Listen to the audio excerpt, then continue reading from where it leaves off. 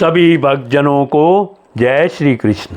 श्री सुखदेव जी कहते हैं, सिद्ध पुरुषो जीव इस शरीर में 5 कर्मेंद्रियों से लेना देना, चलना फिरना आदि काम करता है।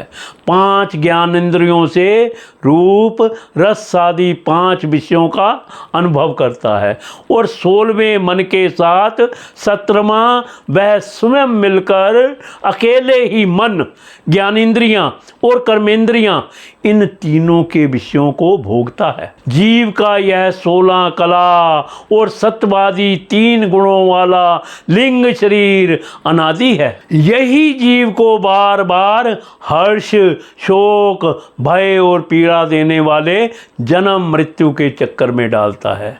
जो जीव अज्ञानवश काम, क्रोध, लोभ, मोह, मद, मत्सर इन 6 शत्रुओं पर विजय प्राप्त नहीं कर लेता, उसे इच्छा ना रहते हुए भी विभिन्न वासनाओं के अनुसार अनेकों कर्म करने पड़ते हैं। वैसी स्थिति में वह रेशम के कीड़े के समान अपने को कर्म के जाल में जकड़ लेता है और इस प्रकार अपने हाथों मोह का शिकार बन जाता है। कोई शरीरधारी जीव बिना कर्म किए कभी एक क्षण भी नहीं रह सकता। प्रत्येक प्राणी के स्वाभाविक गुण बलपूर्वक विविष्ट करके उससे कर्म कराते हैं। जीव अपने पूर्व जन्मों के पाप पुण्यमय संस्कारों के अनुसार स्थूल और सूक्ष्म शरीर प्राप्त करता है। उसकी स्वाभाविक एवं प्रबल वासनाएं कभी उसे माता के जैसा स्त्री रूप बना देती हैं तो कभी पिता के जैसा पुरुष रूप। प्रकृति का संसर्ग होने से ही पुरुष अपने को अपने वास्तविक स्वरूप के विपरीत लिंग शरीर मान बैठा है। यह विपर्य भगवान के भजन से शीघ्र ही दूर हो जाता है। देवताओं, आप जानते ही हैं कि यह अजामिल बड़ा शास्त्रज्ञ था। शील, सदाचार और सद्गुणों का तो यह खजाना ही था। ब्रह्मचारी, विनयी, जितेंद्रिय, सत्यनिष्ठ, मंत्रवेता और पवित्र भी था। इसने गुरु, अग्नि, अतिथि और वृद्ध पुरुषों की सेवा की थी। अहंकार तो इसमें था ही नहीं।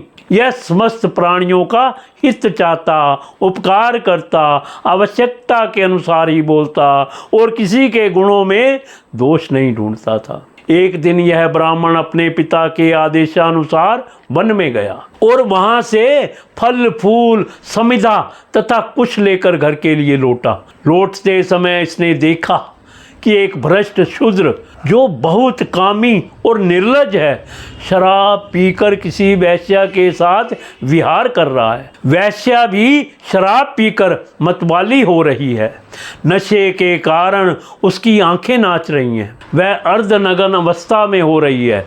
वह शूद्र उस वैश्या के साथ कभी गाता, कभी हंसता और कभी तरह तरह की चेष्टाएं करके उसे प्रसन्न करता है। निष्पाप पुरुषों, शूद्र की भुजाओं में अंगरागदी कामोद्दीपक वस्तुएं लगी हुई थी और वह उनसे उस कुल्टा का आलिंगन कर रहा था। अजामिल उन्हें इस अवस्था में देखकर सहसा मोहित और काम के वश हो गया। यद्यपि अजामिल ने अपने धैर्य और ज्ञान के अनुसार अपने काम वेग से विचलित मन को रोकने की बहुत चेष्टाएं की, परंतु पूरी शक्ति लगा देने पर भी वह अपने मन को रोकने में असमर्थ रहा। उस वैश्य को निमित्त बनाकर काम पिशाच ने अजामिल के मन को ग्रस लिया। इसकी सदाचार और शास्त्र संबंधी चेतना नष्ट हो गई। अब यह मन ही मन उसी वैश्य का चिंतन करने लगा और अपने धर्म से विमुख हो गया। अजामिल सुंदर सुंदर वस्त्र, आभूषण आदि वस्तुएं जिनसे वह प्रसन्न होती ले आता। यहाँ तक कि इसने अपने पिता की सारी संपत्ति देकर भी उसी कुल्टा को रिझाया। यह ब्राह्मण उसी प्रकार की चेष्टा करता जिससे वह वैश्य प्रसन्न हो।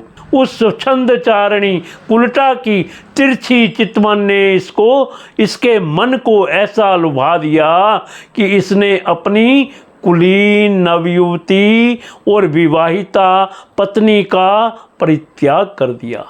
इसके पाप की भी भला कोई सीमा है? जहाँ कहीं भी धन मिलता वहीं से उठा लाता। यह कुबुद्धि न्याय से अन्याय से जैसे भी उस वैश्य के बड़े कुटुंब का पालन करने में ही व्यस्त रहता। इस पापी ने शास्त्रज्ञा का उल्लंघन करके स्वच्छंद आचरण किया है। यह सत्पुरुषों के द्वारा निंदित है। इसने बहुत दिनों तक वैश्य के मल समान अपवित्र अन्न से अपना जीवन व्यतीत किया है। इसका सारा जीवन ही पापमय है। इसने अब तक अपने पापों का कोई प्रायश्चित भी नहीं किया है। इसलिए अब हम इस पापी को दंड पाणी भगवान यमराज के पास ले जाएंगे। वहाँ यह अपने पापों का दंड भोग कर शुद्ध हो जाएगा।